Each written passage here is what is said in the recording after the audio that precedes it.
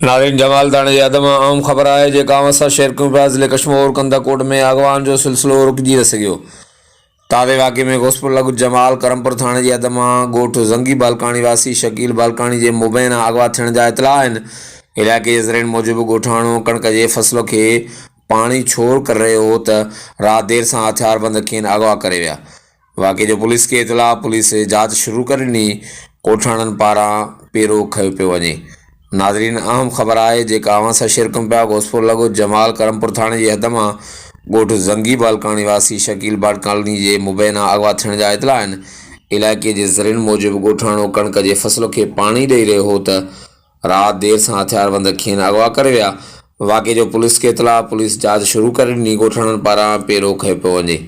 नाज़रीन, अहम ख़बर आहे जेका अवांसा शेर कुंपिया घोसपुर लॻ जमाल करमपुर थाणे जे हद मां ॻोठ ज़ंगी बालकानी वासी ॻोठाणो शकील बालकानी हथियारबंदनि हथां मुबैना अगवा थियण जा इतला आहिनि। हर वक़्तु आगाह रहण लाइ ॾिसंदा रहो JTN न्यूज़।